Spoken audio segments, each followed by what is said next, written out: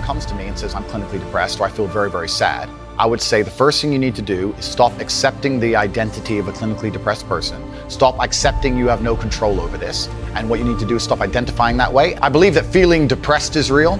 I don't believe depression as a clinical disease is real. I think PTSD is very real. Unfortunately, I have some friends who suffer from that. I know that feeling depressed is real. I believe that the number one power you have against these things are trying to take control of your own mind and affecting your own life. I believe that it's not healthy to hand over all your power and believe that depression is an outside disease that you can't affect. I know that when I've had difficult periods in my life, and also many of my friends, like I've said, suffer from PTSD and been through terrible things. I've lived a very difficult life, and I know people who have, that the things that made them feel better is when they woke up and said, you know what, I'm not gonna allow this to damage me anymore. I'm gonna take responsibility, I'm gonna get up and I'm gonna fight. And my point is that a lot of people who are clinically depressed are suffering with something in their life, and if you fix the problem in their life, perhaps they won't feel depressed.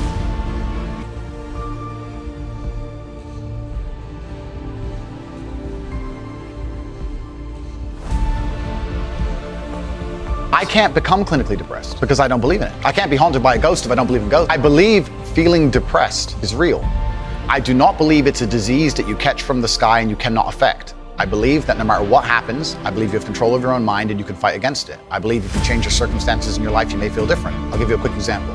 I had a guy who emailed me saying he was clinically depressed and he was going to kill himself. I obviously am not a psychiatrist, I'm not a doctor. I told him, I said, have you been to a psychiatrist? He said, yes, I'm clinically depressed. I've been on these pills, this amount of time. I'm on antidepressants, it doesn't work. I said, I don't know what to say to you besides this. And he said he lost his girlfriend, that's why he became clinically depressed. I said, listen, go to the gym, get a six-pack first. Once you've got a six-pack, email me again. If you still feel like killing yourself, I don't know what else to say. I'd say, strong body is a strong mind, go train. He went, he started sending me progress pictures, emailing me him getting in better shape, and eventually got a six-pack. He's now a professional bodybuilder. And he said, I can't believe I was considering that. I feel so much better, etc. The doctor was telling him he was clinically depressed and couldn't cure it. He started taking control of his own life, and now he felt better.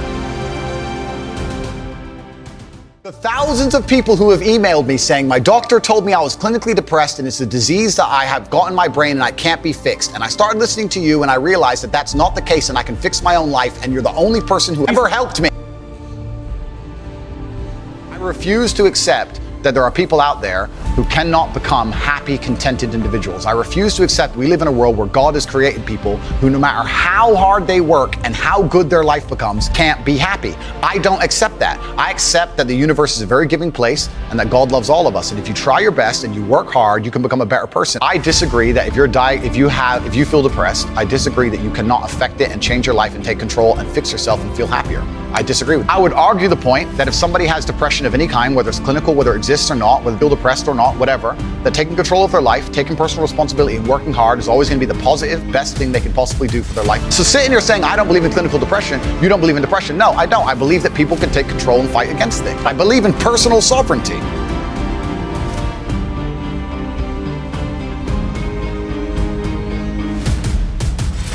You don't actually have a choice. There is no way out of it. You can either, and people say this all the time, oh, my mother's got cancer, she's going to die in 6 months. What do? I say enjoy the next 6 months with her. There are lots of situations in life where your hands are tied.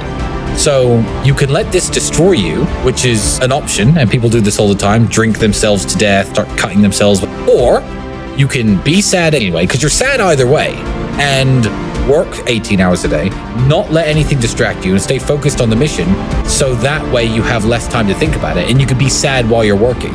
And then when you start to come to terms with everything, you've got millions of dollars, as opposed to, oh, I've come to terms with everything, but I'm in a rehab clinic. So bad things are going to happen to your life, and everyone watching, this is the sad truth of it. Your parents are going to die too. There isn't a way out of it. You could be a sad winner or a sad loser. So go and win every day.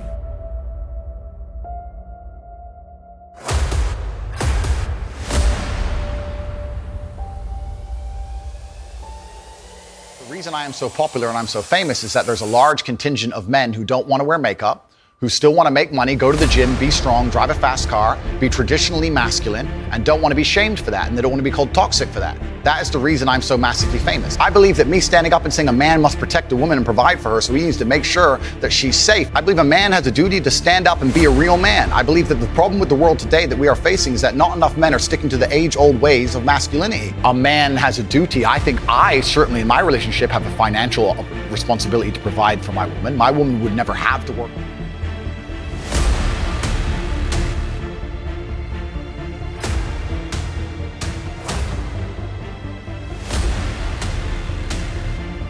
want all people to live righteous and good, whether they're male or female. I think righteous is living true to your heart and knowing that you're doing good by people, not snaking anybody, not lying to anybody. I know I live a very righteous life. Young men aspire to work very hard, have no criminal record, become multimillionaires, protect and provide for the women close to them, be sovereign so they can stand up and have their own points of view in face of cancellation, be able to not be mentally intimidated when they go on national TV and there's traps set up for them. I believe that confident, strong men who stand up and protect and provide for women are a good thing for the world and a good force for the world. And I don't think that I put a magic spell on anybody. I think there's a whole bunch of men in the world who understands my value. And if men grow up to be like me, you're gonna have a whole bunch of people with no criminal record, dedicated athletes, who protect and provide for the people close to them, are fantastic for the economy. My core tenets for the people who don't understand me are self-accountability. I'm accountable for everything I've ever said.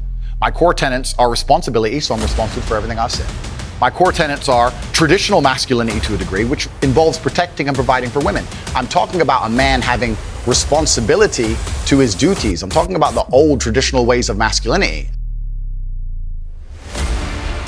Don't waste time on frivolous pursuits. Stop trying to live like the man unless you've actually become the man first.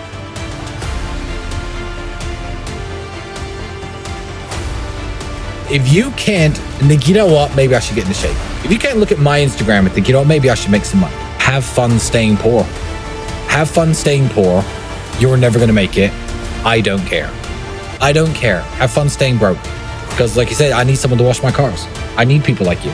Not everyone can make it to the top, and there's no help for those people who can't motivate themselves. If you can't pay your bills, it's hard to pay your rent, you're eating the crappiest food, you're driving the crappiest car, all the beautiful women in the world don't look at you, can't afford any nice clothing, and you're sitting around thinking, oh, well, you know, just a few more hours playing Fortnite, then that's your station in life, and enjoy it.